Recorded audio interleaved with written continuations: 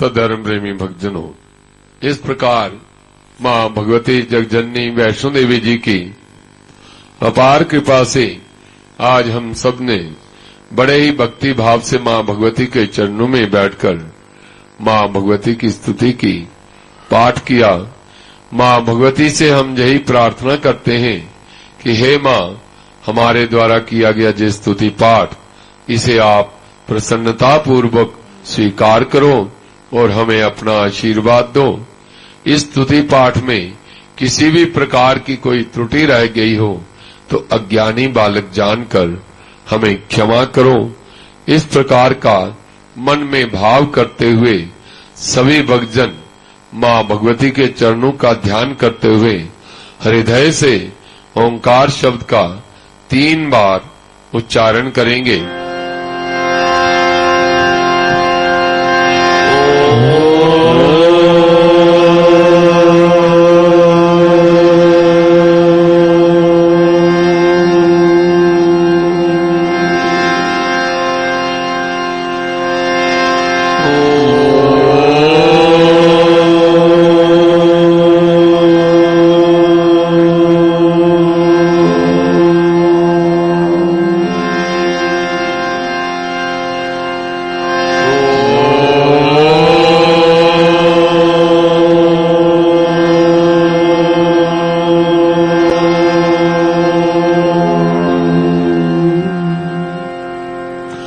बोल सांचे दरबार की जय।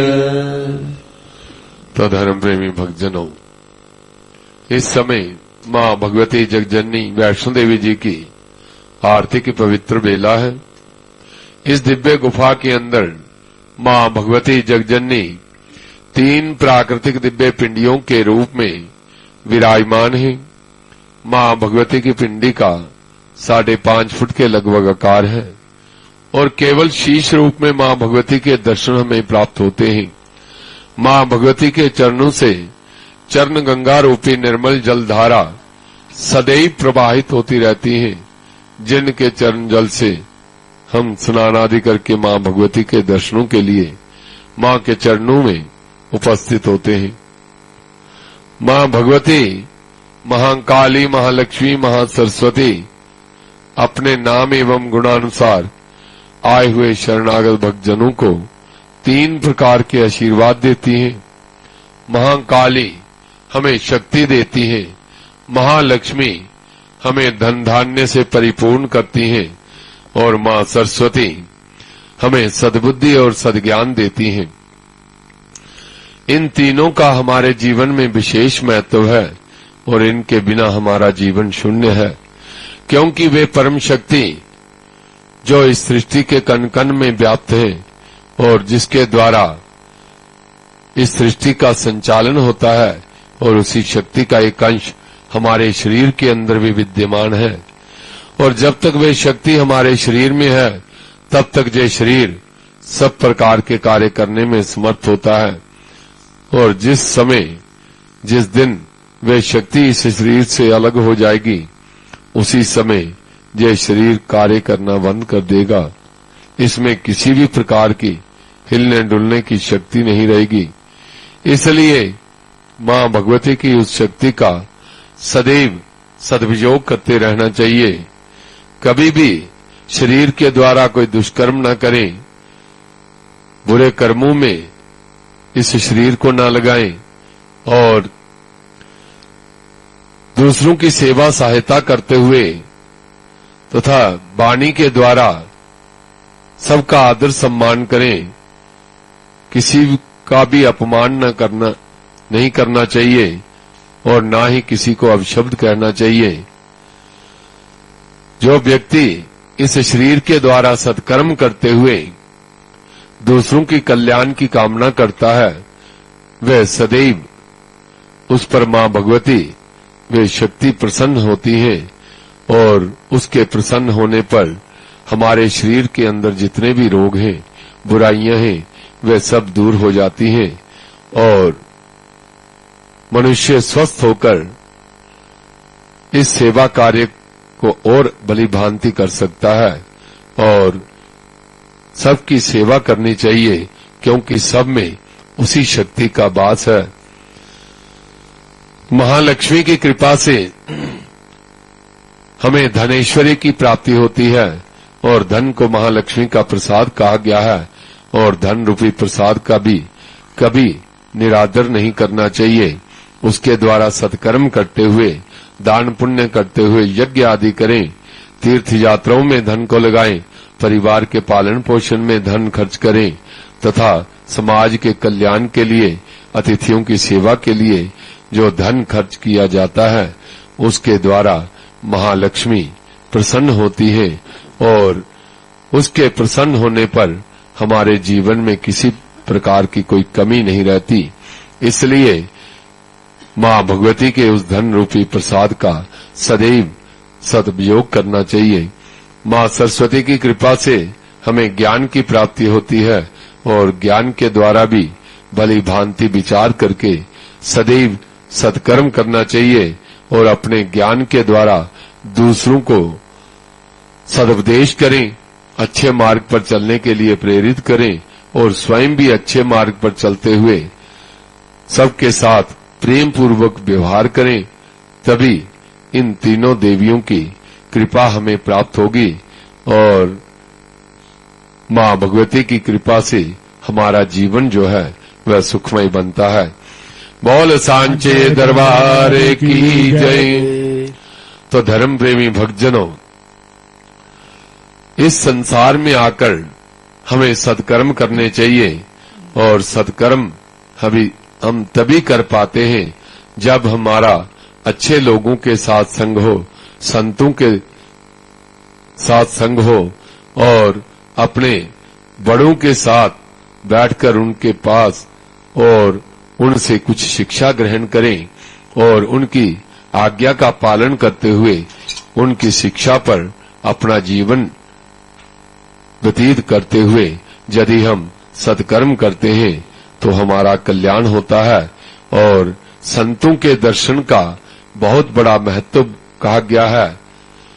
तीर्थ यात्राएं हम इसीलिए करते हैं कि तीर्थ यात्राओं में करते समय हमें कई प्रकार के ऐसे संत महात्मा भी मिल जाते हैं जिनकी केवल दृष्टि से ही, उनके दर्शन से ही हमारा कल्याण हो जाता है।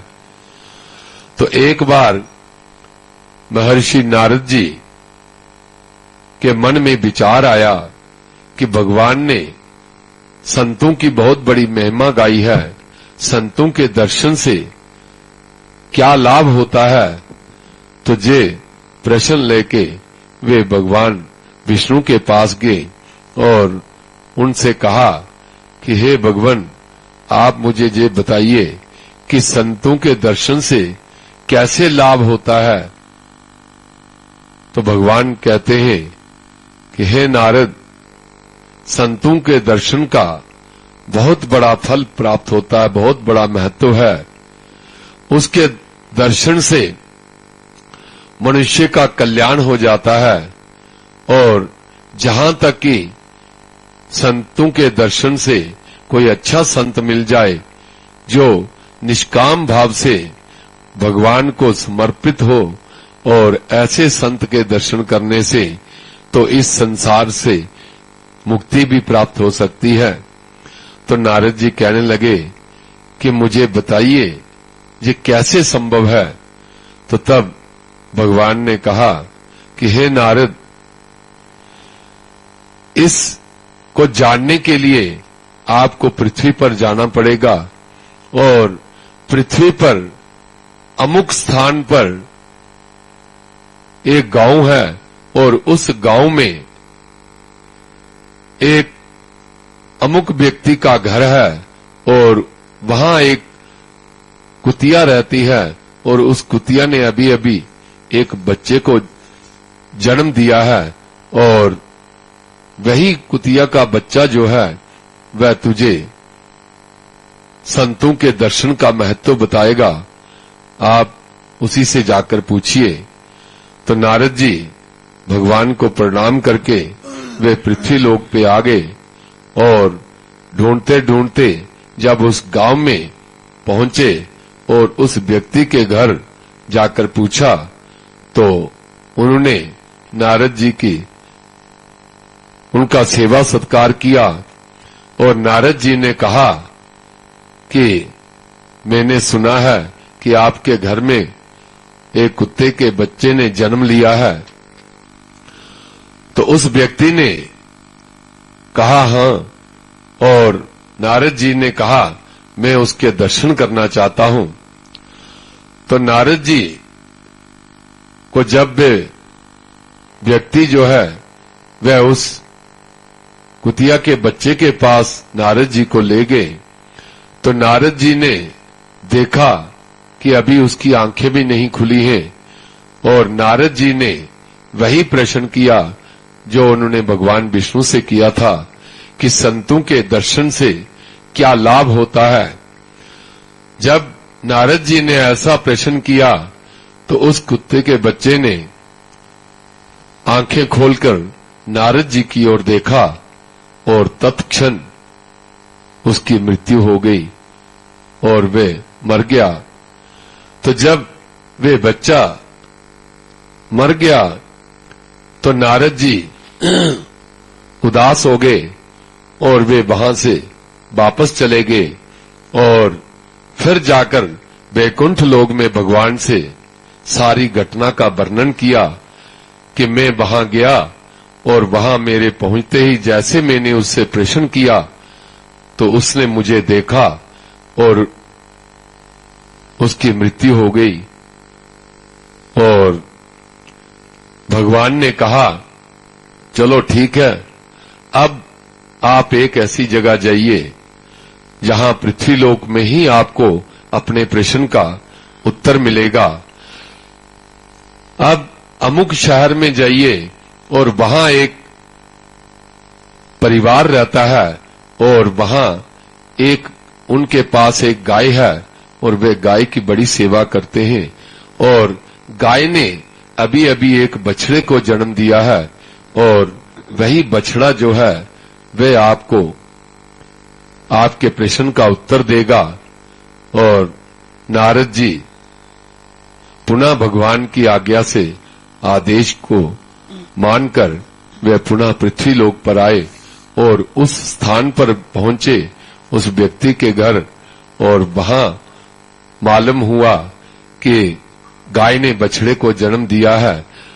तो नारद जी ने वहां पहुंचकर उस बछड़े से पूछा कि संतों के दर्शन का क्या लाभ होता है। तो उस बछड़े ने भी नारद जी की ओर देखा और जैसे ही उसने देखा वैसे ही वह भी मृत्यु को प्राप्त हो गया। और जब ये दूसरी घटना घटी तो नारद जी ने विचार किया कि भगवान मेरे को बार बार पृथ्वी पर भेज रहे हैं, व्यर्थ भेज रहे हैं। ये प्रश्न तो भगवान स्वयं भी बता सकते हैं। अब नारद जी वापस चले गए, उन्हें अपने प्रश्न का उत्तर जानना था और भगवान के पास जाकर वे कहते हैं कि हे भगवान, जैसे पिछली घटना हुई थी वैसे ही ये भी घटना हो गई। उस बछड़े से जब मैंने पूछा तो उसने मेरी ओर देखकर अपने प्राण छोड़ दिए और वह मृत्यु को प्राप्त हो गया। हे भगवान, आप ये क्या लीला कर रहे हैं? मुझे बार बार पृथ्वी पर भेजकर बार बार आप मेरा उपहास उड़ा रहे हैं।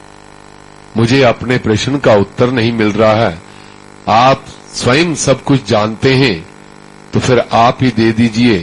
तो तब भगवान कहते हैं नहीं नारद, इस प्रश्न का उत्तर आपको पृथ्वी लोक पर ही मिलेगा।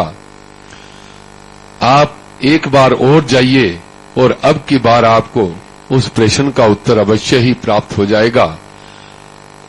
तो भगवान नारद जी से कहते हैं कि इस बार आप एक राजा के घर जाइए। वे राजा है और उसके घर में अभी अभी एक बच्चे ने, राजकुमार ने जन्म लिया है और वही राजकुमार जो है वह आपके प्रश्न का उत्तर देगा कि संतों के दर्शन का क्या लाभ होता है।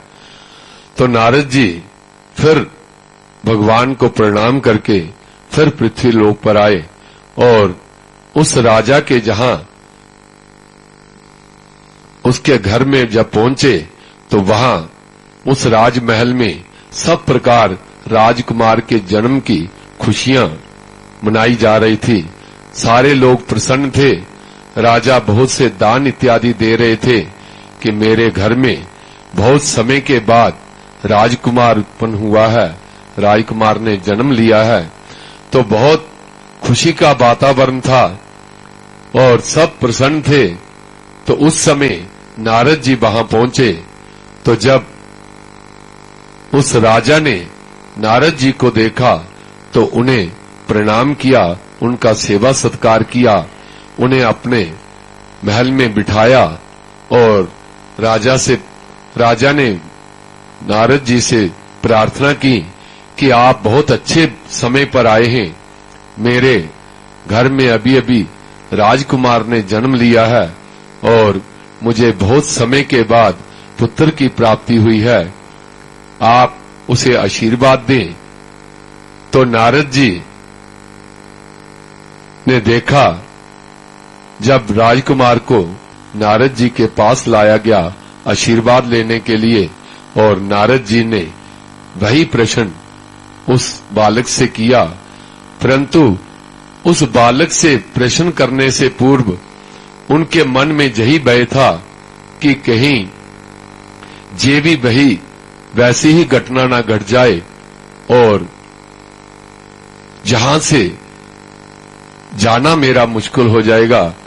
और उस समय यही विचार कर रहे थे, फिर भी उन्होंने उस बच्चे से वह प्रश्न किया कि हे बालक, संतों के दर्शन का क्या लाभ होता है।